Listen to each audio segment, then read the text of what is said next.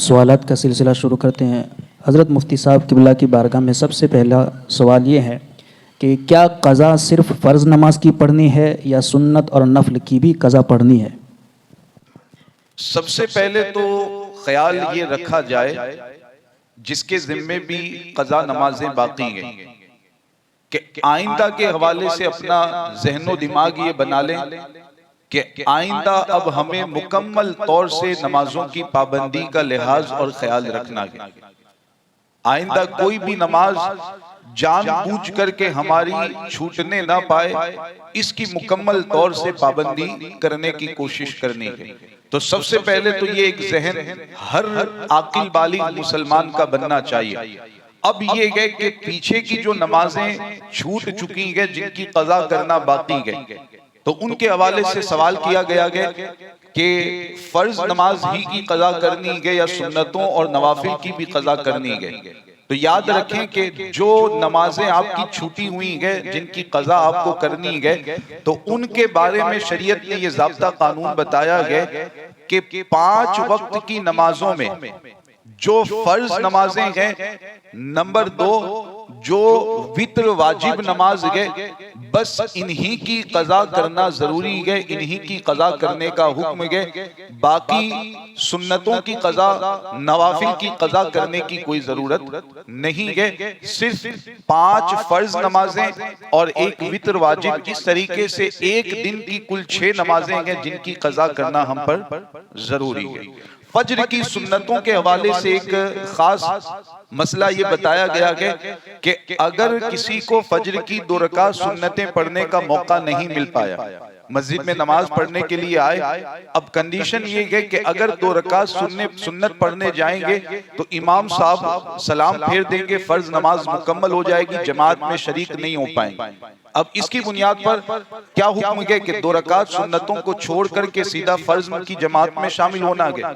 अब वो 2 रकात सुन्नतें जो रह गई है, उनकी क़ज़ा करना अगर कोई चाहता है तो उसके लिए ये वक्त बताया गया है कि उसी दिन, जिस दिन की वो 2 रकात सुन्नतें रह गई है, उसी दिन जब फज्र का वक्त खत्म हो जाए, फिर सूरज के तुलू होने का वक्त आता है, तकरीबन 20 मिनट मकरू वक्त है, वो भी खत्म हो जाए। उसके बाद दोपहर से पहले पहले जो जोहर का वक्त शुरू होता है, उससे पहले मकरू वक्त रहता है, उससे पहले पहले अगर चाहता है तो वो 2 रकातें सुन्नत जो छूट गई है उनकी क़ज़ा कर सकता है। तो बस ये 2 रकात फज्र की सुन्नतों की क़ज़ा के हवाले से हुक्म अलग से दिया गया है, वो भी उसी दिन दिया गया है। बाकी दिनों में 2 रकात फज्र की सुन्नतों की क़ज़ा नहीं करनी है। तो क़ज़ा में याद रखना है कि 5 फर्ज नमाजें और एक वित्र वाजिब, इस तरह कुल 6 नमाजों की क़ज़ा एक दिन की बनती है। जितने दिन की नमाजें छूटी है, हिसाब इसी तरीके से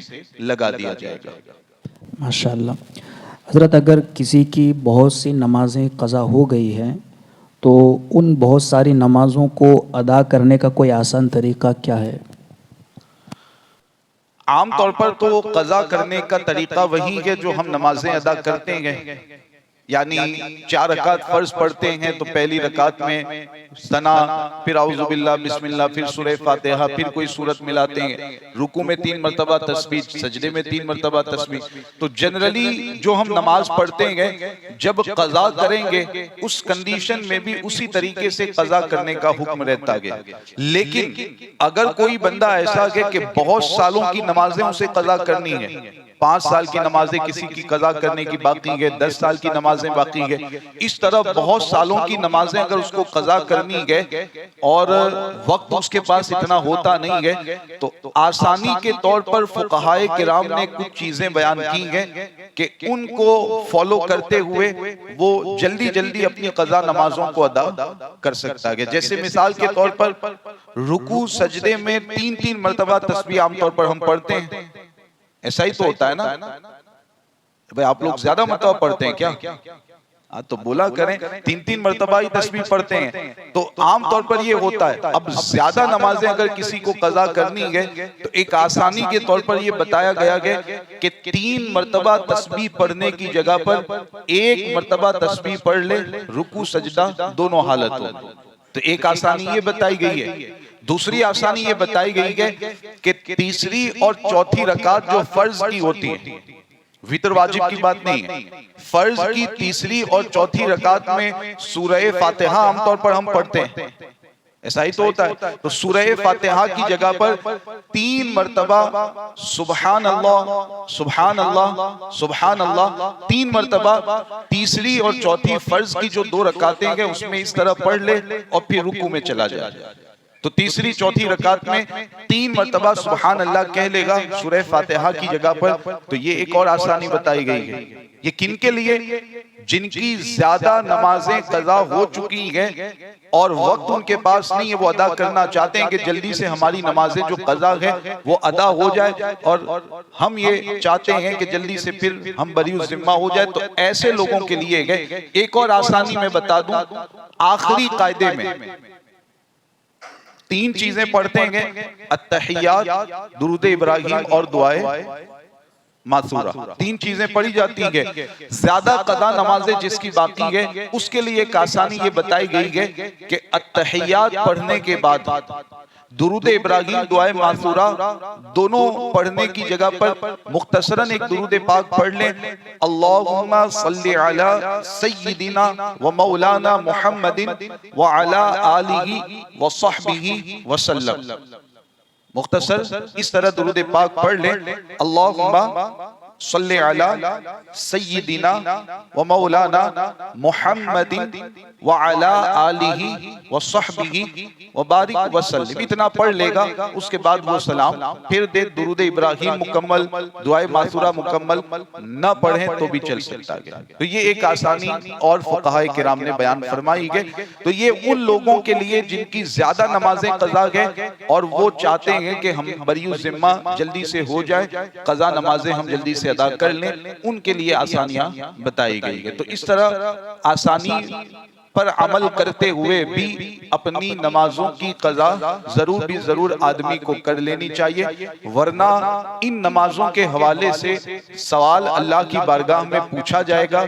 इन नमाजों के बारे में अल्लाह ताला की बारगाह में सवाल किया जाएगा। गरीब नवाज का महीना चल रहा है, इसी मुनासबत से नमाज की अहमियत के हवाले से मैं आपके सामने गरीब नवाज का एक फरमान पेश कर देता हूं। बगौर समात करें। छठी शरीफ मनाते गए, गरीब नवाज की महफिलें हम मुनक़िद करते गए, लेकिन इन इरशादात पर भी हमें तवज्जो देने की जरूरत है। आप रहमतुल्लाहि ताला अलैहि फरमाते हैं कि क़यामत के दिन 50 मुख्तलिफ मकामात ऐसे होंगे कि जहां पर इंसान को खड़ा किया जाएगा, रोक दिया जाएगा और 50 सवालात अलग अलग किए जाएंगे। अगर उन सवालात के जवाबात देने में वो कामयाब होगा तब तो ठीक है, अगर कामयाब नहीं होगा तो इस सूरत में फिर उसे जहन्नम के अजाब में मुब्तला कर दिया जाएगा।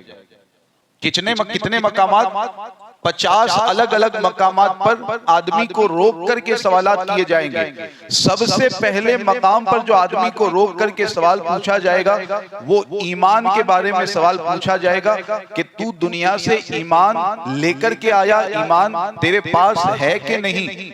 अगर बंदा मोमिन होगा तो वो हाँ में जवाब देगा, आगे जाने की उसे इजाजत दी जाएगी। और अगर मोमिन नहीं है, ईमान के बारे में अगर जवाब नहीं दे पाएगा, गरीब नवाज फरमाते हैं कि वहीं से उसे जहन्नम की आग में डाल दिया जाएगा। दूसरे नंबर पर जो सवाल किया जाएगा, ख्वाजा गरीब नवाज रहमतुल्लाहि ताला अलैहि बयान फरमाते हैं कि नमाज और दीगर फराइज के बारे में उससे सवाल पूछा जाएगा। नमाज और दीगर फराइज के बारे में उससे सवाल पूछा जाएगा।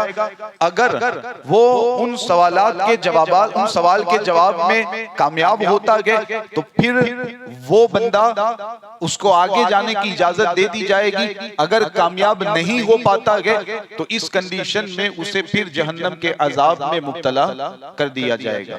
तो ये देखें कि दूसरे नंबर पर ही ईमान के बाद जिस चीज का सवाल किया जाएगा, गरीब नवाज फरमाते हैं कि वो नमाज और दीगर फराइज हैं।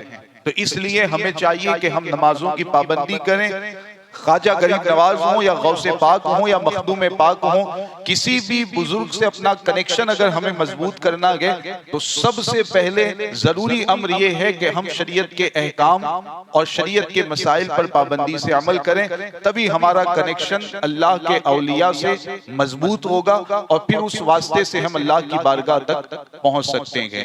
तो कज़ा नमाजों के हवाले से अपना जहन बना लें कि जितनी नमाजें छूटी हैं बालिग होने के बाद हिसाब लगा लें, नमाज पढ़ना शुरू करें, जब भी मौका मिले जैसे मौका मिले और हिसाब करते जाएं। जितने सालों की नमाज कज़ा बाकी है उनको मुकम्मल एहतियात के साथ अदा कर लिया करें। एक आखिरी चीज बता करके फिर आगे सवालात की तरफ बढ़ते हैं।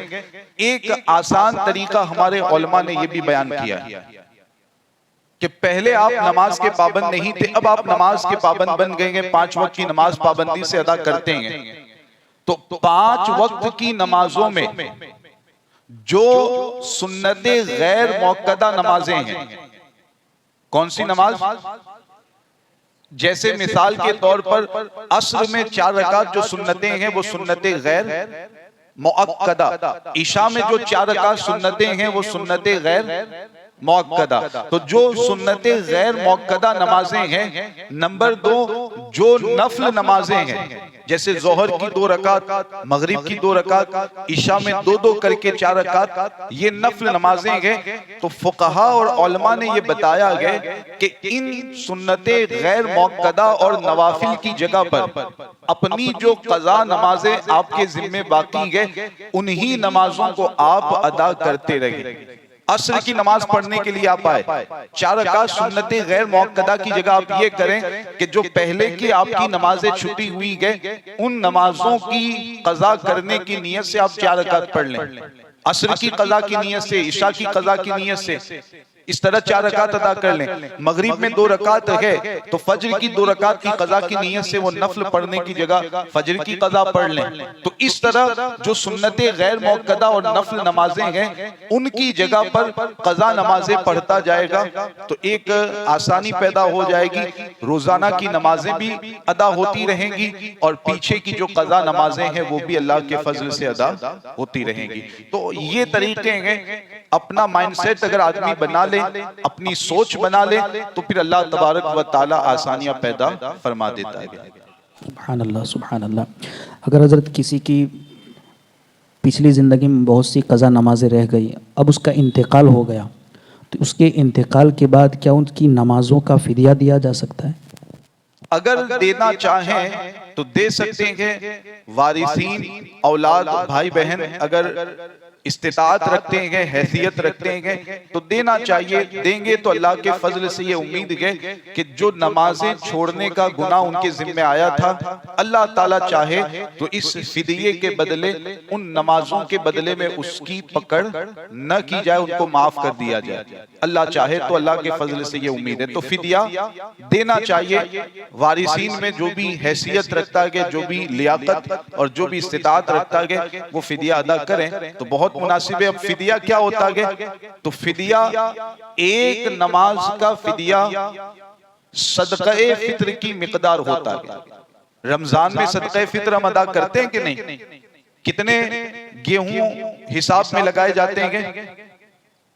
बताएं तो सही। 2 किलो 50, 47 ग्राम है, लेकिन वो याद रखने के लिए आसानी के लिए 50 ग्राम बता दिया जाता है। वैसे 2 किलो 47 ग्राम, इसकी कीमत 60-70 रुपए बनती है तकरीबन।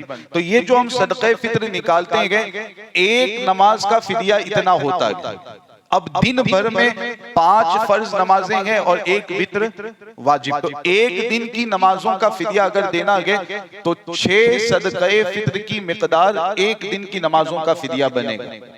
यानी 70 रुपए के हिसाब से एक दिन की नमाजों का फिदिया कितना होगा? कोई 350 कह रहा है, कोई 420 कह रहा है, तो 420 बनेंगे अगर 70 रुपए का हिसाब लगाते हैं। तो अगर सदक़े फित्र बनता है 60 रुपए तो उसके हिसाब से फिर गिनती करेंगे तो कितने बनेंगे? तो ये हिसाब रहता है कि फिदिया अदा करने का। भाइयों बहनों में या औलाद में अल्लाह ने किसी को इस्तिताअत दी है तो ऐसे फिदिया अदा कर सकते हैं, करना चाहिए, बहुत अच्छी बात है। करेंगे तो इंशाअल्लाह खुद उनको भी सवाब मिलेगा और वो मरहुमीन की जो नमाजें छूटी गए अल्लाह के फजल से उम्मीद है कि इस फिदिये के बदले में उनकी माफी अल्लाह की तरफ से उन्हें अता कर दी जाए। सुभान अल्लाह। हज़रत, एक सवाल ये भी आया है कि अगर किसी मस्जिद में ज़ोहर की नमाज का जमात का वक्त हो गया और नमाज़ पढ़ाने वाला इमाम मौजूद नहीं है और जमात का वक्त होने के बाद 10 मिनट ज़्यादा हो गए, अब एक बंदा आया जो कभी कभी किसी जगह नमाज़ पढ़ा देता है, तो उसने बग़ैर सुन्नत पढ़े अगर जमात करा दी और फ़र्ज़ नमाज पढ़ा दी और बाद में सुन्नतें पढ़ी, तो क्या ऐसा कर सकते हैं? कर सकते हैं का मतलब दो चीजें इसमें। अव्वलन आप पूछें कि क्या ऐसा करने की इजाजत है, तो जवाब इसका ये रहेगा कि ऐसा करने की इजाजत नहीं। सुन्नतें जो सुन्नतें मुअक्कदा गए, जोहर की 4 रकात सुन्नतें मुअक्कदा गए, तो पहले उनको अदा करे बंदा, उसके बाद ही फिर जमात करवाए, इमामत करवाए। ये इमाम के लिए मसला बता रहा हूं। मुक्तदियों के लिए तो ये रहता है कि अगर मस्जिद में उस वक्त आए कि इमाम फर्ज नमाज पढ़ाना शुरू कर चुके हैं, तो अब मुक्तदियों के लिए तो हुक्म ये रहता है कि सुन्नतें अदा नहीं करने, सिर्फ फज्र की 2 सुन्नतों के लिए इजाजत है कि जमात मिलने का यकीन है तो फिर फज्र की 2 सुन्नतें पढ़ेंगे, अगरचे इमाम जमात शुरू कर चुके हैं, जमात से नमाज पढ़ाना शुरू कर चुके हैं। बाकी जोहर की 4 रकात सुन्नतों में क्या हुक्म रहता है कि इमाम नमाज पढ़ाना शुरू कर चुके हैं, आप उस वक्त आते हैं तो अब सुन्नतें अदा नहीं करनी है, सीधा इमाम के साथ जमात में शामिल होंगे। बाद में वो जो 4 रकात सुन्नतें पहले की रह गई है, बाद में उन्हें अदा करेंगे। पहले 2 रकात सुन्नतें मुअक्कदा जो बाद की गए उन्हें पढ़ लेंगे, उसके बाद 4 रकात सुन्नतें मुअक्कदा जो पहले की गए उन्हें पढ़ लेंगे, उसके बाद 2 रकात नफल जो बाद में पढ़ी जाती है उनको अदा कर लेंगे। तो ये किनके लिए? मुक्तदियों के लिए। लेकिन इमाम के लिए तो कोई मजबूरी नहीं है। इस वजह से अगर 10 मिनट 5 मिनट लेट भी हो जाता है तो ये मसला आप लोग समाअत कर लें कि इमाम साहब अगर आते हैं, उनकी सुन्नतें बाकी है, 2-4-5 मिनट और इंतजार कर लें, पहले वो सुन्नतें पढ़ ले, उसके बाद फिर वो फर्ज नमाज जमात के साथ अदा करवाएंगे। तो ये सवाल हुआ कि ऐसा करने की इजाजत है या नहीं, उसका जवाब मैंने समझा दिया कि इजाजत नहीं। अब दूसरा सवाल ये बनेगा कि अगर किसी ने ऐसा कर लिया तो क्या वो फर्ज नमाज हो जाएगी? तो उसका जवाब ये है कि हाँ, वो फर्ज नमाज हो जाएगी। जो फर्ज नमाज पढ़ाई गई है वो हो जाएगी, उसको दोहराने की जरूरत नहीं, उसको फिर से पढ़ने की जरूरत नहीं है, वो नमाज हो चुकी। तो ये कब की बात? करना नहीं चाहिए, कर लिया गया या पहले कोई कर चुका गया तो वो फर्ज नमाज अदा हो चुकी है, उसको दोहराने की कोई जरूरत नहीं। सुभान अल्लाह। हजरत ने सवाल किया है कि मस्जिद के सहन में दुनियावी बात करना कैसा है?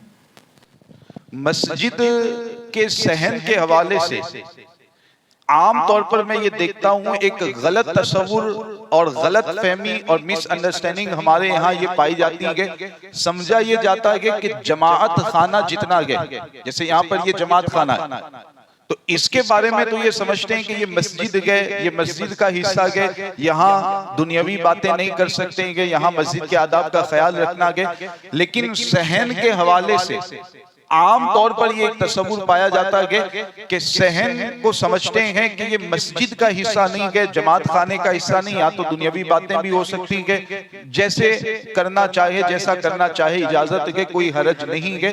ये तस्वुर आम तौर पर जो पाया जाता है वो गलत है। ये समझ लें, सहने मस्जिद के बाहर ही का हिस्सा है, कोई जरूरी नहीं। बहुत सारी जगह ऐसी होती है कि सहन का जो हिस्सा है वो भी मस्जिद ही में शामिल होता है, नमाज पढ़ने ही के लिए उसको बनाया गया है, तो वो भी मस्जिद के हुक्म में। बस ये तो एक नाम अलग है कि ये जमात खाना है और वो सहन है। तो वैसा हुक्म नहीं है कि वहां जो चाहे करें, वहां जैसे बैठना उठना हो, बातें करनी हो, कर सकते हैं। हरगिज ये तस्वुर ना रखें। जगह नमाज पढ़ने के लिए बनाई गई है, चाहे उसको सहन कहा जाए, चाहे उसको जमात खाना कहा जाए या कुछ और नाम दिया जाए, मस्जिद के अहकाम जितने भी गए उस जगह में उन अहकाम को फॉलो करना जरूरी है। तो जैसे जमात खाने में बातें नहीं कर सकते, सहने मस्जिद अगर नमाज पढ़ने के लिए बनाया गया है तो उसमें भी दुनियावी बातें करने की इजाजत, जैसे यहाँ पर ये सहने मस्जिद बनाया गया, नमाजी के लिए तो बनाया गया है ना, तो नमाज के लिए जब बनाया गया तो मस्जिद में शामिल, मस्जिद के अहकाम उस पर भी लागू होंगे। हाँ, अगर कहीं सहन नमाज के लिए नहीं बनाया गया, बिल्कुल अलग थलग जगह गए, नमाज के लिए उसका एहतमाम नहीं किया गया, तो ठीक है, मस्जिद के अहकाम उस पर लागू नहीं होंगे। लेकिन आम तौर पर हमारे यहाँ तसव्वुर क्या होता है कि सहने मस्जिद तो मस्जिद से अलग गए, जमा नमाज के मस्जिद के जो अहकाम गए वो उस पर लागू नहीं पड़ते। ये आम तसव्वुर गलत गए, इसको समझ लिया जाए, वरना फिर मस्जिद में बातें करने के हवाले से शायद आपने पहले भी सुना होगा, हमारे नबी अलैहिस्सलाम ने इसकी सख्ती को बयान करते हुए फरमाया गया कि अगर मस्जिद में जायज और मुबाह बात भी अगर की जाए, कौन सी बात? जायज और मुबाह बात, यानी जिस बात को करने की शरीयत ने इजाजत दी है, अगर ऐसी जायज और मुबाह बात भी मस्जिद में की जाए तो ऐसी बात करने के हवाले से नबी अलैहिस्सलाम के इरशाद का मफहूम है कि इसकी बुनियाद पर भी आदमी की नेकियां खत्म हो जाया करती है, नेकियां मिटा दी जाती है। इतना सख्त मामला है और हमारा हाल आपकी नजरों से ओझल नहीं होगा। आप इसको जानते होंगे कि हम मुसलमानों का हाल क्या होता है, मस्जिद के आदाब के हवाले से हम कितना ख्याल और कितनी फिक्र रखते हैं वो आप अच्छी तरीके से जानते हैं। तो खुदारा इस पर खास तवज्जो दें।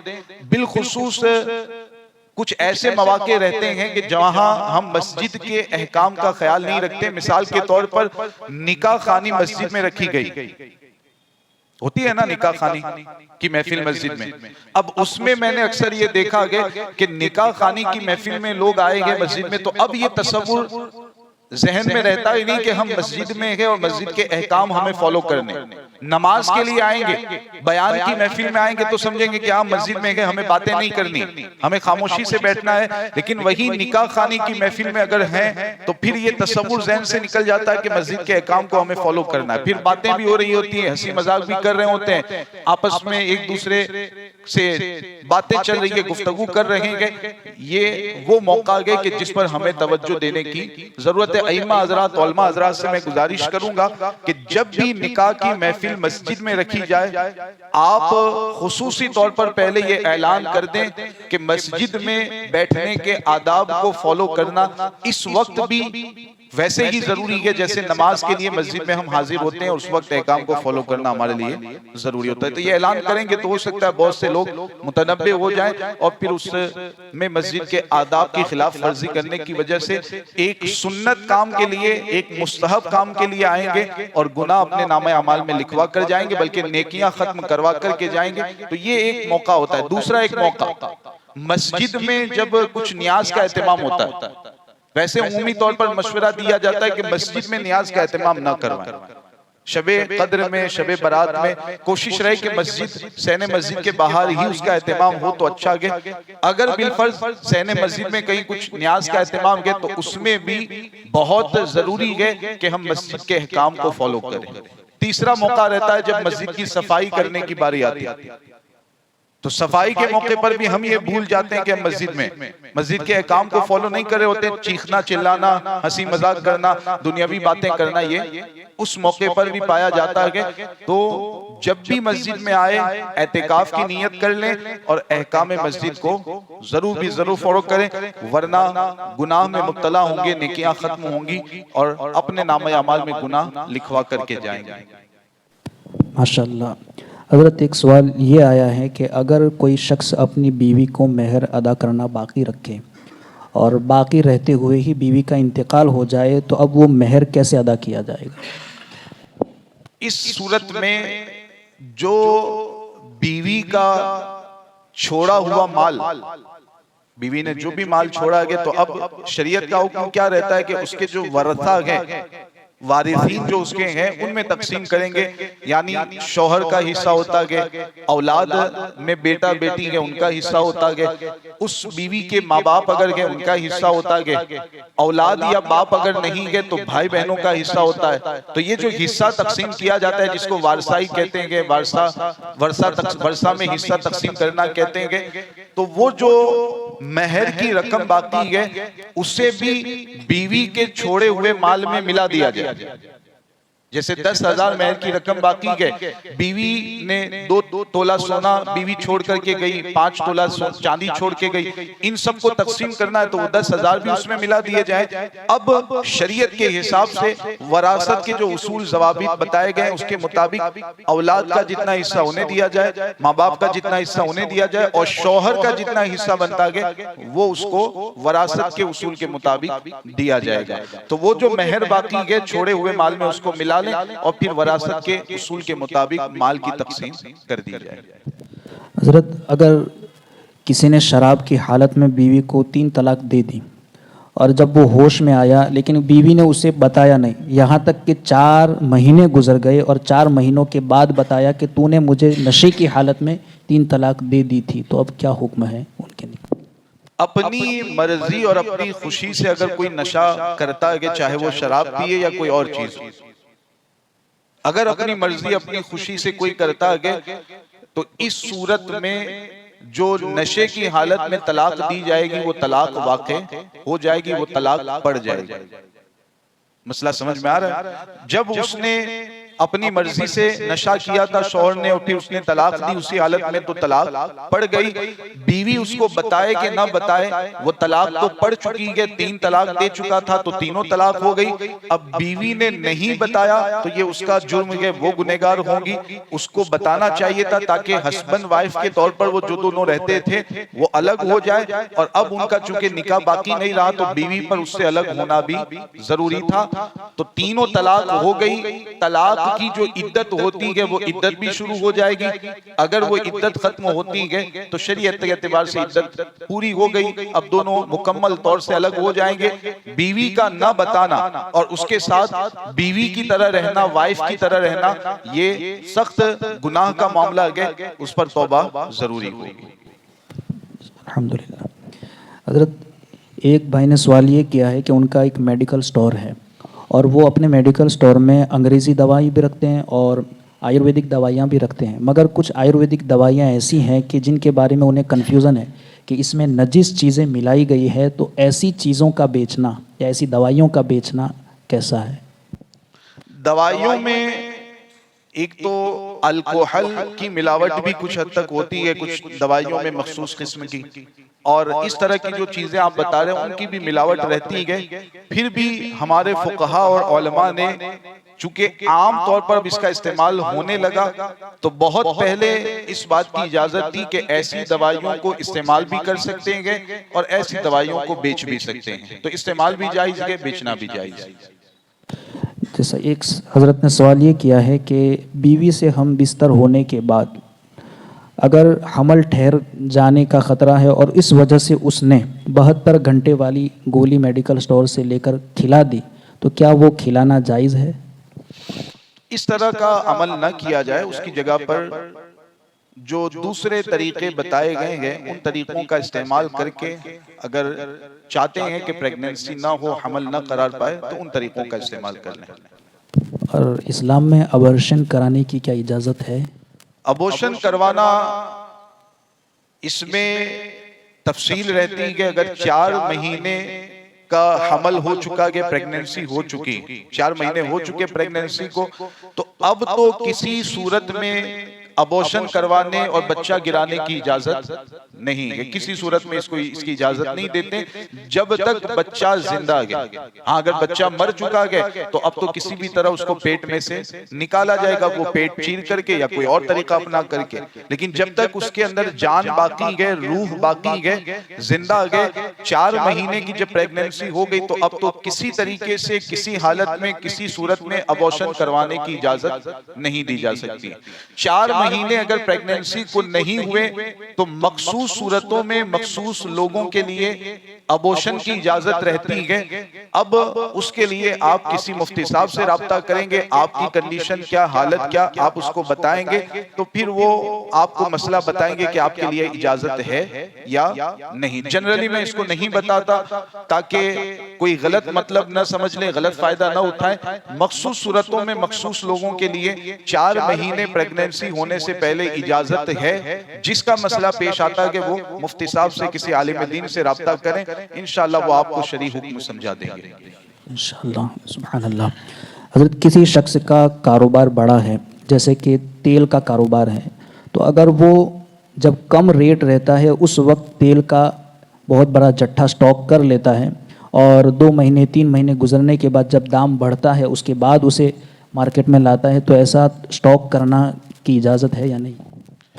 इसमें शरई तौर पर कोई कबाहत, कराहत और मुमानात नहीं है, बिल्कुल इस तरह करने की इजाजत है। हदीस पाक शायद सुनी होगी या इस तरह का कुछ मामला किसी ने सुना होगा, इसलिए सवाल हो रहा है। लेकिन वो जो मना किया गया मखसूस सूरत के और मखसूस हालत के जिसमें मना किया गया, ये जनरल हालात में कि जब माल सस्ता मिल रहा है तो मार्केट में से ज्यादा माल उठा ले, स्टॉक में रख ले, और जब उसकी कीमत कुछ बढ़ती गई तो फिर वो माल बेचे। इस तरह करना अगर कोई चाहता है कोई हरज नहीं है, चाहे तेल हो चाहे कोई और चीज हो, तमाम में इसकी इजाजत रहती है। वो एक मखसूस हालत में मना किया गया है, वो हालत भी एक कंडीशन में आपको समझा देता हूं कि हदीस पाक में मना जो किया गया उसकी एक कंडीशन ये बताई गई है कि एक गांव या शहर का मामला ये है कि एक ही शख्स के पास से मिसाल के तौर पर गेहूं या चावल वो शहर वालों को पहुंचते हैं। गेहूं का कारोबार एक ही बंदे का है, चावल एक ही बंदा बेचता है, और गांव वालों को या शहर वालों को चावल या गेहूं की जब भी जरूरत पड़ती है तो उसी से वो राबता करते हैं और उनको गेहूं मिलते हैं, चावल मिलते हैं। अब इसने क्या किया कि पूरा जट्ठा और स्टॉक गेहूं या चावल का अपने पास रख लिया गया, और लोगों की हालत ये है कि लोगों को जरूरत है, लोग हाजत में मुब्तला, उनको गेहूं चावल की जरूरत है, कहीं और से गेहूं चावल नहीं मिल पा रहे हैं, और ये बंदे ने अपने पास रखा गया इस नियत से कि जब लोगों की जरूरत ज्यादा हो जाएगी, हाजत बढ़ेगी, तो फिर मैं बहुत ज्यादा रेट बढ़ा दूंगा, लोगों को जरूरत रहेगी तो वो अपने आप उसको लेने और खरीदने वाले हैं। कंडीशन समझ रहे हैं आप? तो इस तरह की कंडीशन में शरीयत ने मना किया कि वरना ये जो हालत बताई गई कि सस्ता रेट है तो खरीद लिया और बाद में जब कुछ कीमत बढ़ेगी तो उसको बेचता गया। लोगों को जरूरत ऐसी नहीं है कि वहीं से उसकी जरूरत पूरी हो सकती है, बाकी जगहों से भी उनको सामान मिल जाता है, उनकी जरूरत पूरी होती है, तो कोई हरज इस कंडीशन में नहीं है। लिहाजा सवाल पूछा गया उसकी हालत क्या है, उसकी कंडीशन क्या है, उसके मुताबिक मैंने जवाब आप तक पहुंचा दिया। माशाअल्लाह, सुभान अल्लाह। हज़रत एक सवाल ये आया है कि बैंक का ब्याज खाना कैसा है, अगर खा सकते हैं तो उसको मना करना या मना करने वाले का क्या हो? बहुत अहम सवाल है। मैं चाहूंगा कि पहले सब लोग मुकम्मल तौर पर मुतवज्जे हो जाए। अगर कोई सोने वाला है तो वो भी नींद को दूर करते हुए मुतवज्जे हो जाए। वैसे कोई है नहीं, लेकिन हो तो मुतवज्जे हो जाए, चूंकि बैंक के ब्याज के हवाले से सवाल है, इंटरेस्ट जिसको कहा जाता है, बहुत अहम सवाल है, और हो सकता है कि बहुत सारे लोग इसके हवाले से गलत फहमी का इससे पहले शिकार हो। बिल्कुल साफ लबो लहजे में और आसान लबो लहजे में मैं समझाने की कोशिश करूंगा ताकि आप अच्छी तरह समझ सकें और आइंदा फिर उस हुक्म शरी के मुताबिक अमल भी करें और दूसरों के लिए उस हुक्म शरी को मद्देनजर रखते हुए हुक्म लगाए। बैंक हमारे यहाँ जो मुल्क हिंदुस्तान के उसके मुताबिक मैं बात करता हूं कि अगर गवर्नमेंट की बैंक के, अगर गवर्नमेंट की बैंक के यानी ऑनर और मालिक गवर्नमेंट हमारे यहाँ के हिसाब से, या दूसरे नंबर पर कि प्राइवेट बैंक गए और उसके जो ऑनर गए या उसके जो मालिक हैं, मेन ऑनर मालिक, वो नॉन मुस्लिम है। बात समझ में आ रही है ना? तो इस कंडीशन में ऐसी बैंक में अगर आपने पैसे रखे, चाहे वो एफडी में रखेंगे, चाहे किसी और स्कीम में, किसी और पॉलिसी में पैसे रखेंगे, वो जो पैसे आप रखेंगे और इंटरेस्ट के नाम पर, ब्याज के नाम पर, सूद के नाम पर, या जो भी नाम रखा जाए, पैसे आपको ज्यादा मिलेंगे। रखे हैं 5 लाख और मिलेंगे 7 लाख, तो ये जो 2 लाख रुपए ज्यादा मिल रहे हैं गवर्नमेंट की बैंक गए या प्राइवेट नॉन मुस्लिम की बैंक गए, तो ये शरीयत के एतबार से सूद, ब्याज और इंटरेस्ट नहीं है। नबी अलैहिस्सलाम की हदीस की रोशनी में ये ब्याज नहीं गए, सूद नहीं गए, इंटरेस्ट नहीं गए। हो सकता है कि बचपन से हमने यही सुना हो कि ये तो ब्याज है, इसको खाना नाजायज है, लेकिन मसला ऐसा नहीं है। वो सूद और ब्याज नहीं है। उसके हवाले से फुकहा ने ये बताया हदीस की रोशनी में कि ये एक नफा है, नफा की नीयत से उसको ले भी सकते हैं, इस्तेमाल भी कर सकते हैं। अगर आपका दिल मुतमईन नहीं होता है, लेकर के आप किसी जरूरतमंद को दे दें, किसी फकीर को दे दें, किसी नेक काम में उसको इस्तेमाल कर लें, लेकिन ये सोच हरगिज न रखें कि ये ब्याज है, लेना जायज नहीं है, और इस सोच को रखते हुए अपना पैसा वैसे ही आप छोड़ दें। ये हरगिज नहीं होना चाहिए। गवर्नमेंट की बैंक या प्राइवेट नॉन मुस्लिम की बैंक है, उसमें जो ज्यादा रकम इंटरेस्ट के नाम पर मिलती है वो सूद और ब्याज नहीं है। ले ले, नफा की नियत रखते हुए ले, खुद इस्तेमाल करें। नहीं करना चाहते हैं, किसी मुसलमान को, जरूरतमंद को या दीनी काम में उसका इस्तेमाल कर लें। उसको ब्याज न समझा जाए और न किसी पर ब्याज समझते हुए हुक्म शरी इसके हवाले से लगाया जाए। हाँ, अगर प्राइवेट मुस्लिम की बैंक है, 10 लोगों ने मिलकर के एक सोसाइटी बैंक बनाई या कुछ भी इस तरह का मामला किया, मुसलमान ऑनर भी अगर उसमें है, तो अब इसमें जो ज्यादा पैसे मिलेंगे शरी एतबार से उसको सूद, ब्याज और इंटरेस्ट माना जाएगा, उसको लेना देना ये जायज नहीं होगा। जबकि मुस्लिम ऑनर और मुस्लिम मालिक मौजूद हैं तब की ये बात है, वरना इजाजत की जो सूरत है वो मैंने आपके सामने वाज़ेह कर दी। किसी को अगर कोई कंफ्यूजन है तो इसके हवाले से सवाल कर सकता है। बोलिए।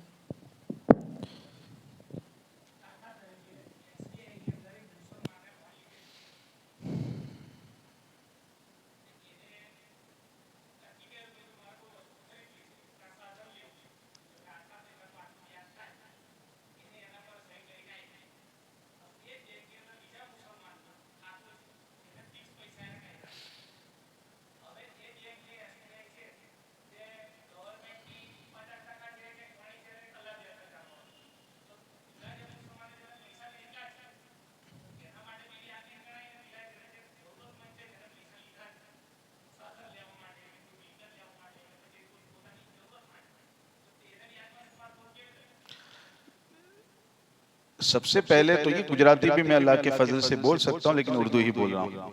ठीक। तो सबसे पहले तो ये आप जो कह रहे हैं कि एसबीआई का मालिक कौन है, ऑनर कौन है, वो अल्लाह बेहतर जाने।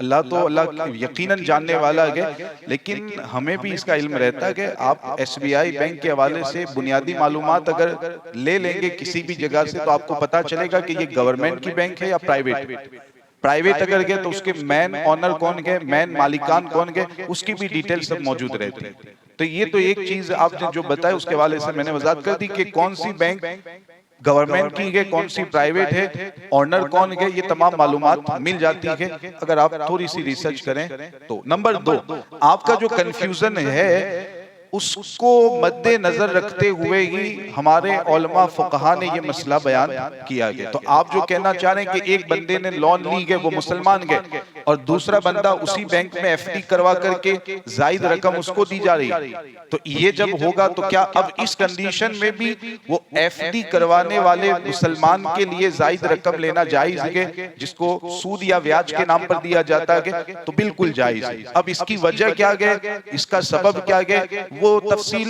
शायद आप न समझ पाए, या आपको समझना है तो पर्सनली इंशाल्लाह मिलेंगे तो मैं आपको समझा दूंगा। तो ऐसा नहीं है कि इसको फुकहा की नजर में ये मामला नहीं था और बगैर इसके हुक्म बता दिया, ये मामला भी है, उसके बाद ही हमारे फुकहा उलमा ने गौर व फिक्र करके ये मसला हम तक पहुंचाया गया। सुभान अल्लाह।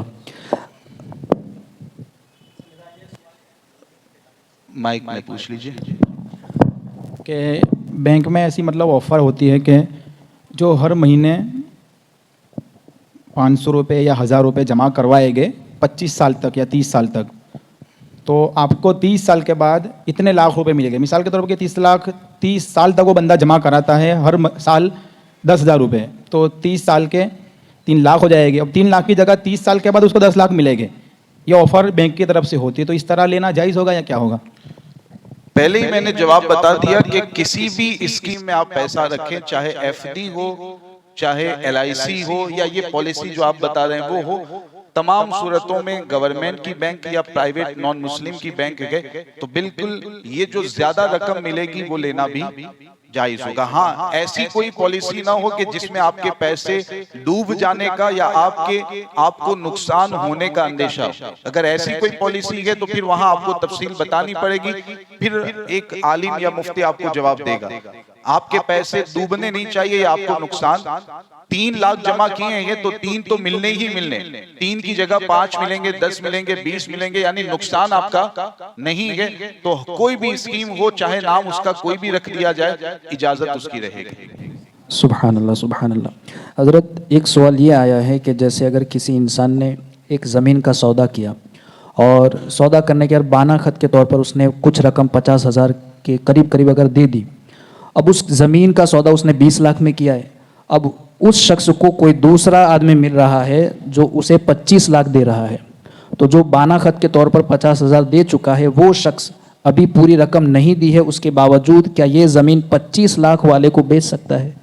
सौदा अगर मुकम्मल हो चुका है, बिल्कुल जमीन के मालिक ने यह कह दिया कि ये जमीन आपकी, और सामने वाले ने कह दिया मैंने खरीदी, सौदा मुकम्मल हो चुका है, अगरचे दस्तावेज नहीं हुआ या वो जमीन खरीदने वाले के कब्जे में नहीं दी गई, लेकिन सौदा मुकम्मल हो चुका, बयाना भी दे दिया गया, इसने सब कुछ तय हो चुका है, तो इस हालत में वो शख्स जिसने बयाना देकर के उस जमीन को खरीद लिया गया, अभी पैसे देना बाकी है, वो चाहे तो 25 लाख में उस जमीन को दूसरी जगह पर बेच सकता है। 20 लाख में उसने खरीदा, कब्जा भी नहीं किया, लेकिन सौदा हो चुका है, तो दूसरी जगह वो 25 में बेचना चाहे तो बिल्कुल उसको इजाजत रहेगी, इसलिए कि जब सौदा मुकम्मल हो चुका तो वो मालिक हो गए।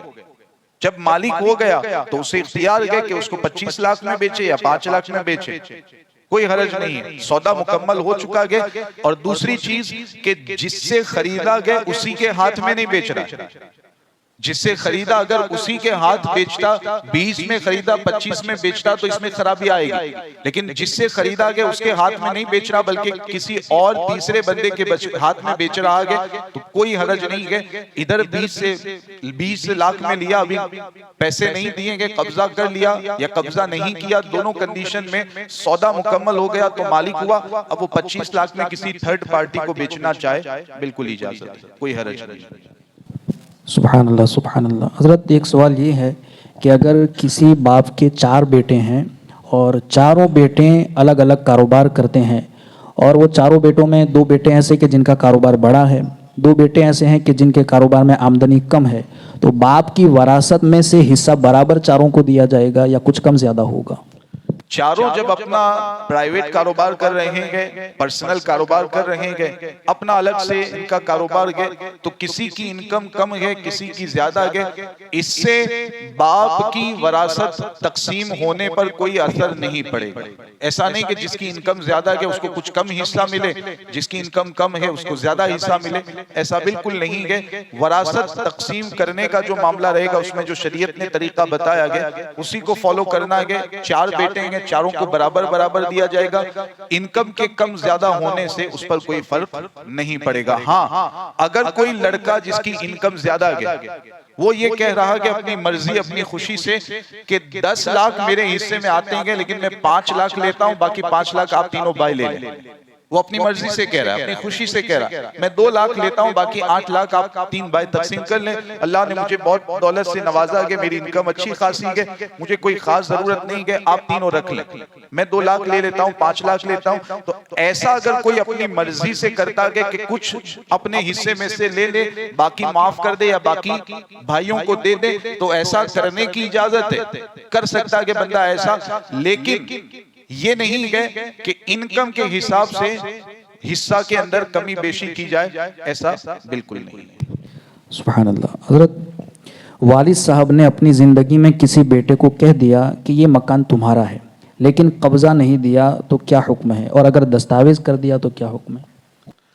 कब्जा देना जरूरी है, तभी सामने वाला मालिक बनेगा। ये मोबाइल मैं जबान से कह दूं कि ये मौलाना गुलाम यासीन साहब को मैंने मोबाइल दिया, इतना कहने से अभी ये मालिक नहीं बनेंगे। बात समझ रहे हैं आप? भाई आप समझ तो रहे हैं ना, गुजराती बोलूं क्या?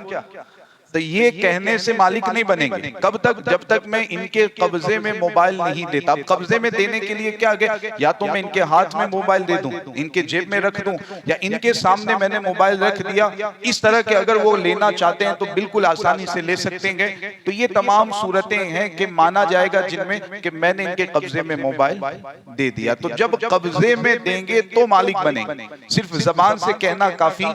बिल्कुल यही मामला वालिद और बेटे का भी होता है कि वालिद और बेटी का भी होता है कि वालिद सिर्फ जबान से कह दे कि ये मकान तुम्हारा, ये मकान मैंने तुम्हें दिया, उसके कब्जे में भी नहीं दिया, उसके नाम पर कोई दस्तावेज भी नहीं किया, कुछ भी नहीं किया गया, बस सिर्फ जबान से कहा गया। तो इस कंडीशन में तो वो बेटा या बेटी मालिक नहीं, वालिद ही की मिल्कियत में वो मकान माना जाएगा। हाँ, अगर वालिद ने जबान से कह भी दिया और कब्जे में भी दे दिया कि आप इसको रखिए, आप इसमें रहिए, या दस्तावेज कर दिया कि तुम्हें जो करना है करो, इस तरह अगर बाप ने कब्जा भी दे दिया गया तो फिर बेटा बेटी मालिक हो जाएंगे। बाप के इंतकाल के बाद उस मकान में किसी और का हिस्सा नहीं रहेगा। तो कब्जा देना तो जरूरी होता है कि कब्जे में देंगे तभी जाकर बेटा या बेटी की मिल्कियत साबित होगी। हज़रत, अगर वालिद के इंतकाल के बाद कितने वक्त में वरासत तकसीम करनी चाहिए? आज के माहौल को मद्देनजर रखते हुए मैं ये कहूंगा कि जितना जल्दी हो सके वरासत को तकसीम कर लेना चाहिए। जितना जल्दी हो सके मामला साफ कर लें। वजह ये है कि अगर औलाद में सब अच्छी जहनियत के मालिक हैं, सब अच्छा जहन रखते हैं, भाई बहन सब ये समझते हैं कि नहीं ये भी ये हमारा हिस्सा, आपका हिस्सा हमारा, सब ये समझते हैं, लेकिन प्रॉपर्टी का मामला आ गया, जायदाद का मामला आ गया, औलाद में खुदा न खास्ता कोई गलत सोच वाला आ जाए और फिर वो ये चाहे कि हमारे हिस्से में ज्यादा रहे और फिर वो तकसीम करने में आगे पीछे मामला करे और उसकी वजह से लड़ाई झगड़े शुरू हो जाए। और आज के दौर में ऐसा बहुत देखा जाता है। तो इस बुनियाद पर मशवरा यही है कि वालिद या वालिदा के इंतकाल के बाद जितना जल्दी हो सके शरीयत के हिसाब से जिसका जितना हिस्सा बनता हो वो तकसीम कर लें। इसी में भलाई है, बाद में मोहब्बत उल्फत आपस में बाकी रहेगी, वरना कहीं कुछ मामला हो गया तो फिर आपस के रिश्ते भी खत्म हो जाएंगे और मोहब्बत उल्फत भी खत्म होगी और कोई ताल्लुक और कनेक्शन भी बाकी नहीं रहेगा। इसलिए जितना जल्दी हो सके वरासत तकसीम कर लेनी चाहिए, सबको हिस्सा दे देना चाहिए। हज़रत मुफ्ती साहब की बारगाह में एक सवाल ये है कि बालों में डाई लगाना कैसा है, और अगर लगा सकते हैं तो कौन से रंग की लगा सकते हैं? काले रंग के अलावा जो मुनासिब रंग हो मर्द के लिए और औरत के लिए उसकी इजाजत है कि वो लगा सकता है। काले रंग के अलावा रंग होना चाहिए। काले रंग के हवाले से ये कि उससे बचा जाए। एक सवाल ये है कि किसी हजरत ने पूछा है कि क्या हमारा नसीब पहले से ही लिख दिया गया है? तकदीर के बारे में और नसीबे के बारे में तो हमारा बुनियादी अकीदा है, इसमें कोई शक हो नहीं सकता है। अब ये भी एक चीज समझनी है कि जैसा लिखा गया है वैसा करने पर हम मजबूर नहीं है।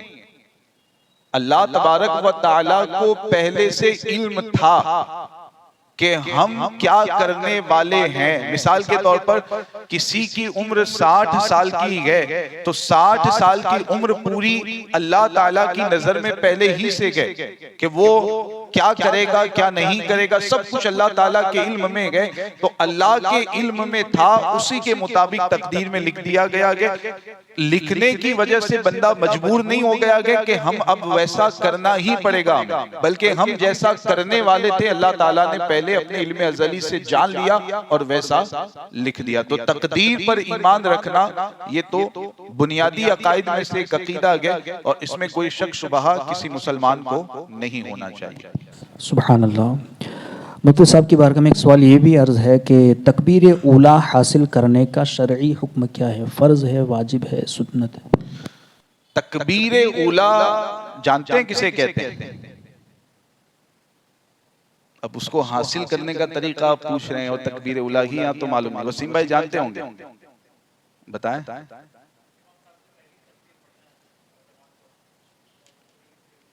शामिल होते हैं, उसको तकबीर उला कहा जाता है। पहले ही इमाम ने तकबीर कही नमाज शुरू करने के लिए, उसी वक्त कोई शामिल हो तो इसको कहेंगे तकबीर उला हासिल करना, उसी वक्त नमाज में शामिल होना।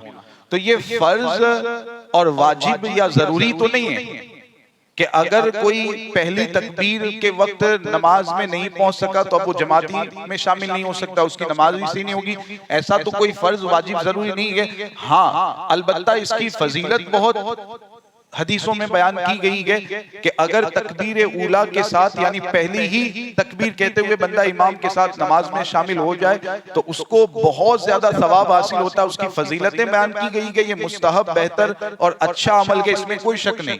लेकिन ये जरूरी भी नहीं है कि अगर कोई शामिल नहीं होता तो फिर वो गुनहगार हो, ऐसा भी मामला नहीं है। तो कोशिश करनी चाहिए जल्दी नमाज के लिए पहुंचे, जमात कायम होने से पहले ही मस्जिद में रहें और तकबीर ऊला के साथ ही इमाम के पीछे नमाज अदा करें। सुभान अल्लाह, सुभान अल्लाह।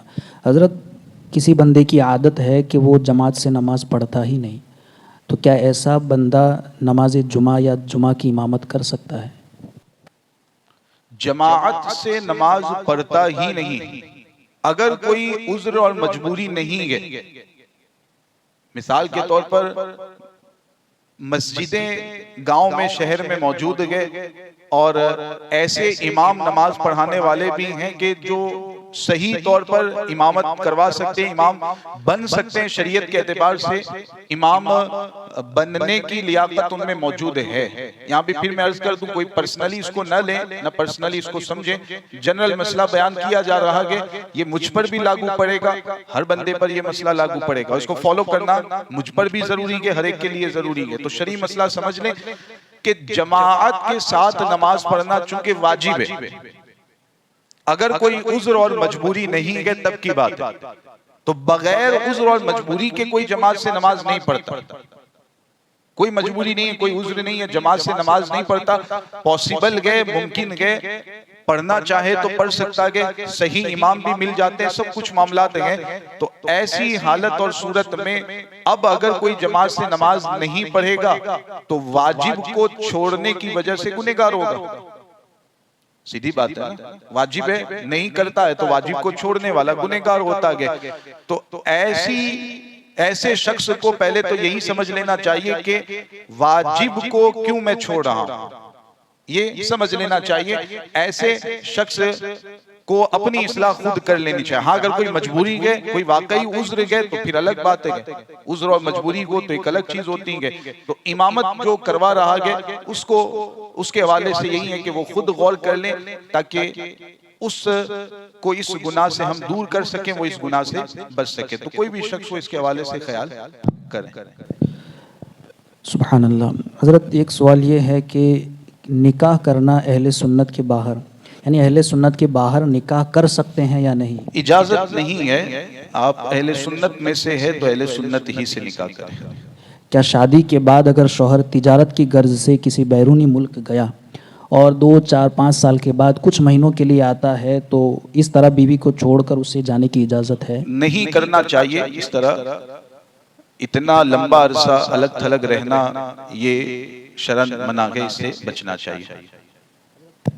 मन्नत माननी चाहिए, मन्नत का क्या शरई हुक्म क्या है? अल्लाह तबारक व तआला की इबादत की कोई मन्नत मानता है तो उसमें उम्मीद ये होती है कि अल्लाह ताला की इबादत की मन्नत मानी है तो अब अल्लाह रब्बुल इज्जत की नजरे करम हो जाए और जिस काम के लिए मन्नत मानी है वो काम उसका पूरा हो जाए। तो इस तरह मन्नत माने, अच्छी अच्छी मन्नतें माननी चाहिए और अल्लाह के फजल से उम्मीद है कि उस मन्नत की बरकत से उसके जो जायज काम है वो अल्लाह रब्बुल इज्जत जल्द पूरा फरमा दे। सुभान अल्लाह। किसी ने अगर कोई चीज़ खरीदी किसी दुकानदार से और ख़रीदने के बाद छोटी मामूली सी चीज़ मुफ्त में ले ली, जैसे सब्जी वाले के यहाँ से सब्जी खरीदी और बाद में हमने धनिया या नींबू वगैरह मुफ्त में ले लिया, तो क्या ऐसा करना जायज़ है? दुकानदार और सब्जी फरोश की इजाजत से हो तो जायज है, बगैर उसकी इजाजत के नाजायज है। वक्त तो ज्यादा नहीं हो रहा,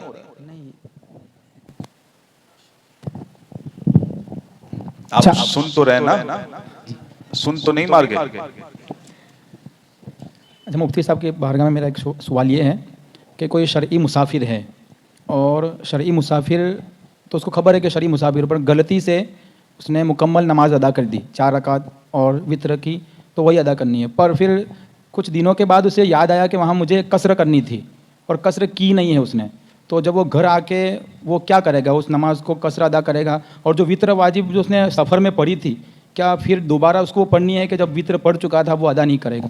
शरई मुसाफिर किसको कहते हैं?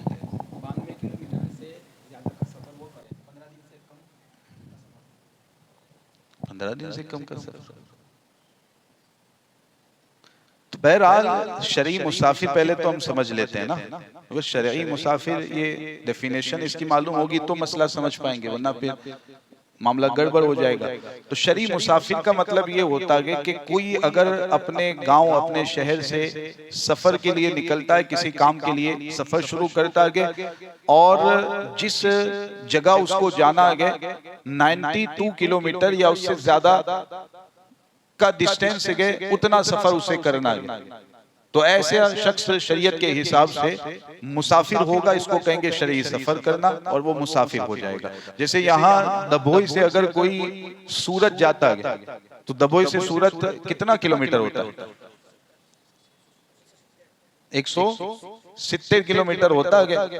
तो 170 किलोमीटर हो गया तो ये 92 किलोमीटर से 92 किलोमीटर से ज्यादा हो गया। तो यहाँ से अगर कोई सूरत जाता है तो वो जैसे ही दभोई की आबादी से बाहर निकलेगा, दभोई की बस्ती से बाहर निकलेगा, तो वो हो जाएगा मुसाफिर। अब जब मुसाफिर बनेगा तो उसके लिए हुक्म है कि 4 रकात वाली फर्ज की जगह 2 ही रकात पढ़नी। अगर किसी ने गलती से 2 फर्ज की जगह 4 रकात फर्ज पढ़ ली है तो उसके लिए भी हुक्म रहता है कि उसे दोहराए, उसको फिर से पढ़े। अब आपने ये कहा कि ईशा की 4 की जगह 2 की जगह 4 पढ़ ली और वित्र तो 3 ही पढ़नी है, तो वित्र को दोहराने की जरूरत नहीं है, ईशा की नमाज दोहरा ले। हजरत अगर वो सफ़र दौरान सफ़र वो नमाज नहीं पढ़ पाया, वो नमाज क़ज़ा हो गई और वो वापस अपने वतन में आ गया, तो अब उसे क़ज़ा नमाज मुसाफिर वाली पढ़नी होगी या यहाँ वाली पढ़नी होगी? जिस हालत में नमाज क़ज़ा हुई है उसी हालत का एतबार करेंगे। सफर में क़ज़ा हुई है, घर आकर के उसकी क़ज़ा करता है 2 ही पढ़नी। घर रह करके क़ज़ा हुई है, सफर में वो नमाजें पढ़ता है जो क़ज़ा हो चुकी है तो 4 पढ़नी है। तो जिस कंडीशन में क़ज़ा हुई है उसी को देखा जाएगा। सुभान अल्लाह।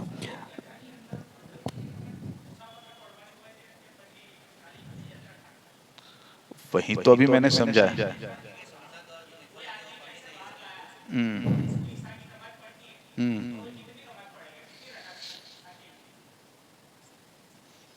यानी आप ये पूछना, जी जी जी,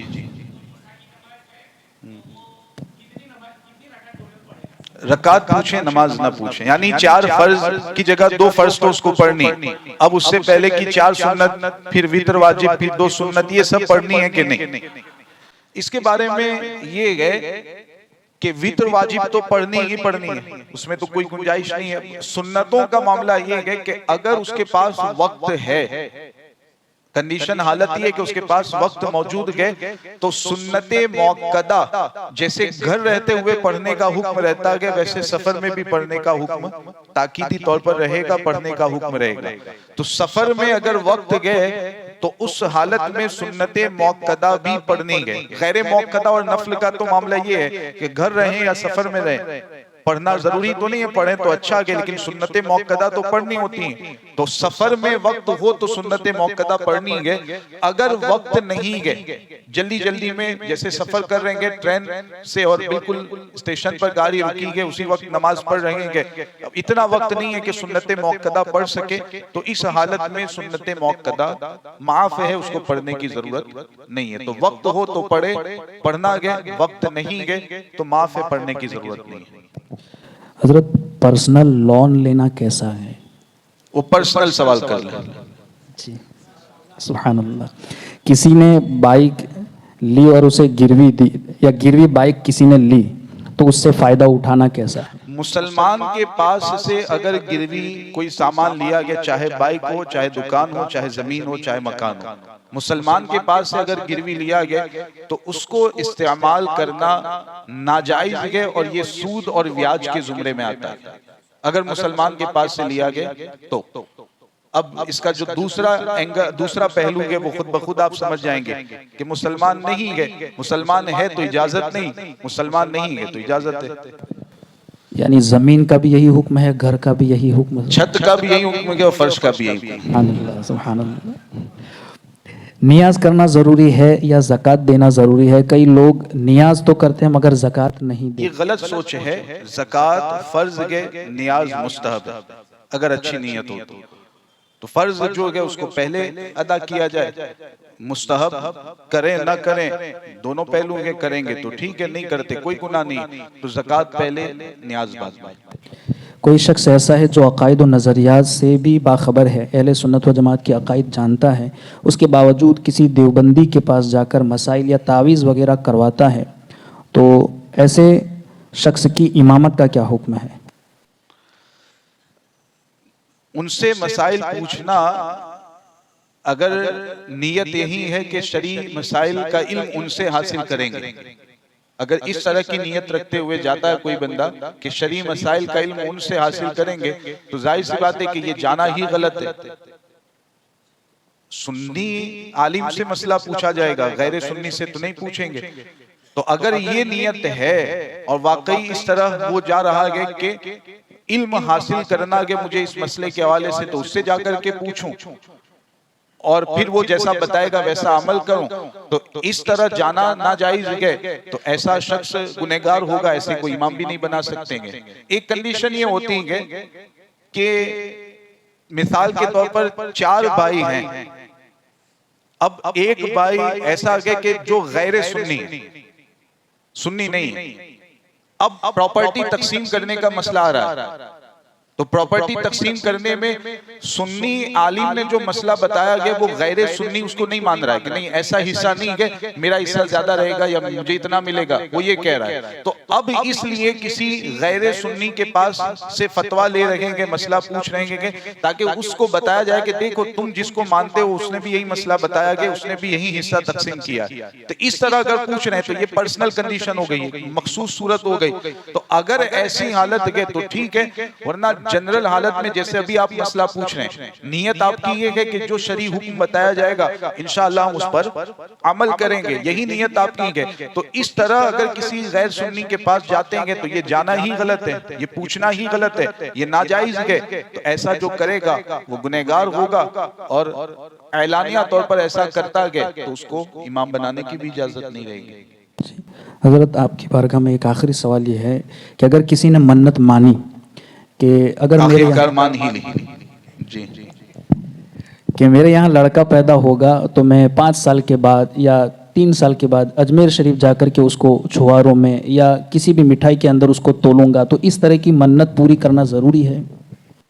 उसकी जगह पर किसी मदरसे मस्जिद में या किसी ज़रूरतमंद को उतने पैसे दे दे जितने पैसों की छुआरों में या जितने पैसों के लड्डू में वो अपने बेटे को वजन करके फिर उसको तकसीम करता, उसकी जगह उतने पैसे किसी मस्जिद मदरसे में या किसी नेक काम में दे दे तो ये अच्छा है। जरूरी ये भी नहीं है, लेकिन ये अच्छा है, ऐसा कर लेना चाहिए। वरना नहीं भी अगर वो तोलता गया तो ऐसी मन्नत को पूरा करना जरूरी नहीं है। हाँ, अगर इसमें एक लफ्ज ये मिला दिया उसने कि मैं अपने बच्चे को वजन करूंगा छुआरों में या लड्डू में या मिठाई में वजन करूंगा, और फिर जितना वजन इसका होगा उतने लड्डू या उतनी मिठाई या उतने छुआरे मैं फकीरों के दरमियान तकसीम करूंगा। इतना लफ्ज अगर उसने मिला दिया तो अब इस मन्नत को पूरा करना जरूरी हो जाएगा।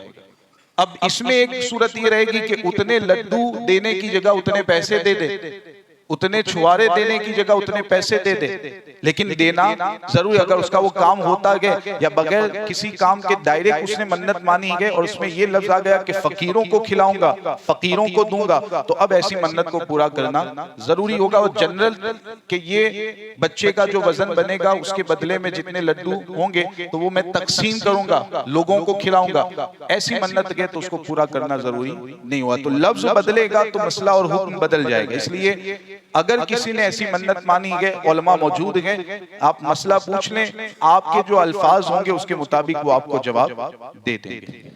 जैसे किसी ने अगर मन्नत मानी कि मैं नमाजें पढ़ूंगा मेरा ये काम हो जाएगा, मगर उसने कितनी रकातें पढ़ूंगा ये नहीं सोचा था और मन्नत यानी कि उसका काम हो गया, तो अब उसे कितनी रकातें 2 रकात पढ़ ले, 2 रकात पढ़ ले, उसकी मन्नत पूरी हो जाएगी। सुभान अल्लाह, सुभान अल्लाह। जी एक सवाल ये है कि आखिरी सवाल था ना, जुमा के दिन लोग औरतों को दुकान पर बिठाकर नमाज की जुम्मा के लिए जाते हैं, तो उस दरमियान औरत जो कारोबार करेगी तो वो कारोबार जायज़ होगा या नाजायज़ होगा? बेपर्दगी की हालत में या इस तरह के जिसमें शरीयत मना करती है, इस तरह अगर औरत को दुकान पर बिठाया जाए तो ये बिठाना जायज नहीं। अगर पर्दे की हालत में गए और वो कहीं कुछ ऐसा नहीं कि वहाँ बातचीत करनी होगी, नॉर्मल कोई लेना देना पाया जाएगा, पर्दे की हालत में गए और मुकम्मल एहतियात शरीयत के एतबार से पाई जाती है तो ठीक है, ये बिठाना भी जायज होगा। मखसूस वक्त के लिए बिठाएं तो कोई हर्ज नहीं। बेपर्दगी की हालत में या इस तरह के शरीयत ने मना किया, इस तरह अगर बिठाते हैं तो ये बिठाना मना गया, ये बिठाने की इजाजत नहीं है। लेकिन फिर भी कारोबार जो किया जाएगा वो कारोबार में जो पैसे मिलेंगे, जो नफा मिलेगा वो जायज होगा, उसका इस्तेमाल जायज होगा।